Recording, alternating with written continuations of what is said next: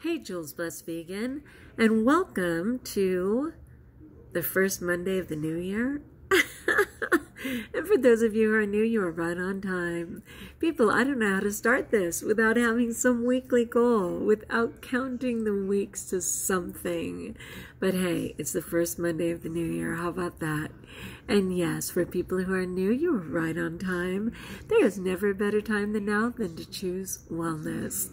It's interesting. I'm trying to find my way in this new year, and I'm kind of struggling with a little bit of depression. I'm not sure what it's about. I'm not really that good with change, but change, of course, is the only constant in life, and sometimes it gets me. And sadly, I'm having a bunch of dreams about being incompetent, which is really sad. Some part of me that haunts me, even in my sleep. Oh my goodness. So the resolution for that is to be prepared, right? To get more prepared so that I can be confident. And I'm working on that. All right, though, what I wanted to talk about was something that I can't stand, which is the importance of actually weighing and measuring food. And the reason I'm even saying that, I don't know what it is that when I decided to go vegan initially, it wasn't for the animals at first. It was for getting like more nutrients per bite and not necessarily having to count the calories. So I was just stoked to be able to eat a whole bunch of fruit and vegetables and not be overly concerned about calories because I knew the food was healthy and good for me. And that's what I was wanting, because I was an insane dieter for like all of my life and got really caught up in calorie counting and, you know, being a prisoner, just being a prisoner. And I don't want to go that route. But as I'm kind of starting officially my second year, I would say, of actively working to reduce my weight down to what I believe is the body I'm called to operate in, I'm realizing that I have not been, I wasn't doing the calories correctly. Like my ranged calories were like 1,400 to 1,600 calories to allow me to lose the weight.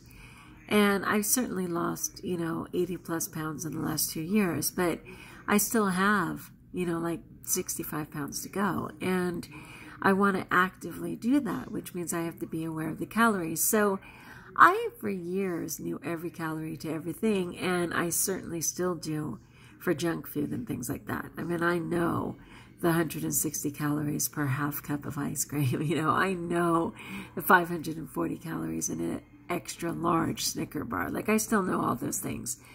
But in my generalization regarding fruit and vegetables, for me, like generally, a medium-sized banana was about 75 calories. And for me, generally, a small apple was 60 calories or whatever. Like, I have a sense of it. But in doing a reality check, I found that a medium banana was actually like 105 calories and that a medium apple was like 95. And that is putting me at a couple extra 100 calories a day. And so I realized that I had to get out my measuring. I was always measuring, like per spoon, like certainly teaspoons and things like that, and tablespoons and all of that. But I wasn't measuring the fruit per se. And it's tricky because if you do like chronometer, it'll just say, is it a 5-inch banana? Is it a 6.5-inch banana? Things like that. But I don't know if you've seen bananas. Some of them are super fat 6-inch bananas, and some of them are very long and skinny 8-inch bananas. So that's not practical. So I had to go in and actually see that a banana is like 25 calories per ounce. Make sure you take the skin off, because if you're not going to eat the skin, why count it? So seriously, I did a couple of bananas today, and by inch, according to chronometer, it would have been like 350 calories. But by ounce, on my scale of ounces, it was only like $2.25. And I was happy for that because I really want a sense of how much I can have or can't. And, you know, for the apples too, with them being 95 calories, I don't eat the core, so I was able to cut out the core, and that gave me a little more room. I know it seems like a game, and I can ill afford to play games, and I'm going to have to see where this takes me, because, again, I have a very obsessive mind, and I can get kind of crazy with the dieting. I used to get it down to where I only ate an apple a day, where I only had lettuce, you know, where it was just bad. It was just bad. And I can't get crazed like that.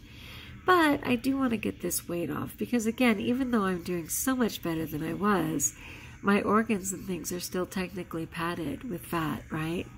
So I really just want to get to the point where I'm just wearing my body with no padding and just honoring this temple that God gave me. And that allows me to, you know, be well and strong and lean and serve. And that's what I want to do. So where are you guys with that?